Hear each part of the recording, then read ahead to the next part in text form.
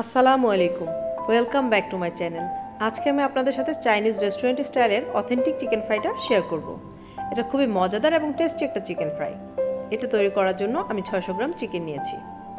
চিকেনের কাটগুলো আপনারা আপনাদের ইচ্ছা মতো দিয়ে নেবেন। এখন একটি কাঁটা চামচের সাহায্যে প্রত্যেকটা চিকেনকে এভাবে আমি কেচে নেব।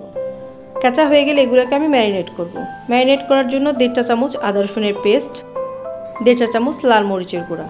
কেউ ঝাল একটু বেশি খেতে চাইলে আপনারা বাড়িয়ে দিতে পারেন।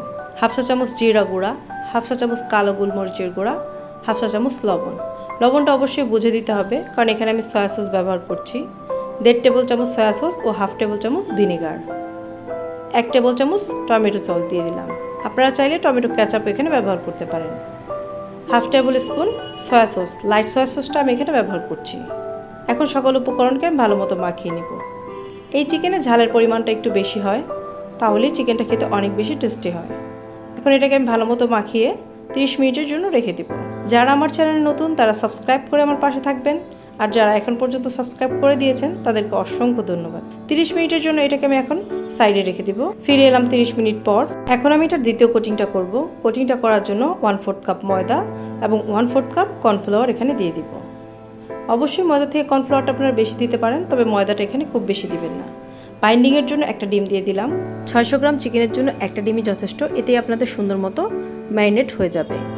চিকেনটা ভাজার ঠিক 2 থেকে 3 মিনিট আগে আপনারা এই ময়দা এবং কর্নফ্লাওয়ারের মিশ্রণটা দিয়ে মাখাবেন। মাংস ম্যারিনেটের সময় আপনারা এই ময়দাটা দিয়ে মাখাবেন না, এতে করে মাংসের ক্রিসপিনেসটা কমে যাবে। ঠিক ভাজার 2 মিনিট আগে আমি এটা মাখিয়ে নেব এবং মাখানোটা ঠিক এরকম হবে। এখন চিকেনগুলোকে আমি ফ্রাই করে নেব। তেলের মধ্যে একসাথে অনেকগুলো চিকেন দেওয়া যাবে না। চিকেনটা তেলে দেওয়ার পর 1 মিনিটের মতো এটাকে নাড়াচাড়া করবেন না। 1 মিনিট পর এটাকে উল্টিয়ে দিবেন, এতে চিকেনের উপর লেয়ারটা খুব সুন্দর থাকবে এবং ক্রিসপিনেসটা বজায় থাকবে। চিকেনগুলোকে আমি 2 বারে ফ্রাই করব।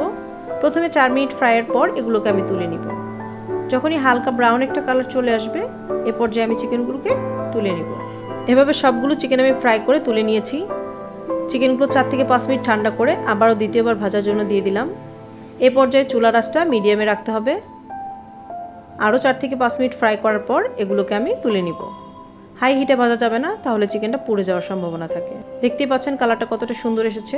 তৈরি হয়ে গেছে চাইনিজ রেস্টুরেন্ট স্টাইলের অথেন্টিক চিকেন ফ্রাই। এটা আপনারা ফ্রাইড রাইস এবং বাচ্চাদের টিফিনে সার্ভ করতে পারেন। আজকে এই পর্যন্তই। আল্লাহ হাফেজ।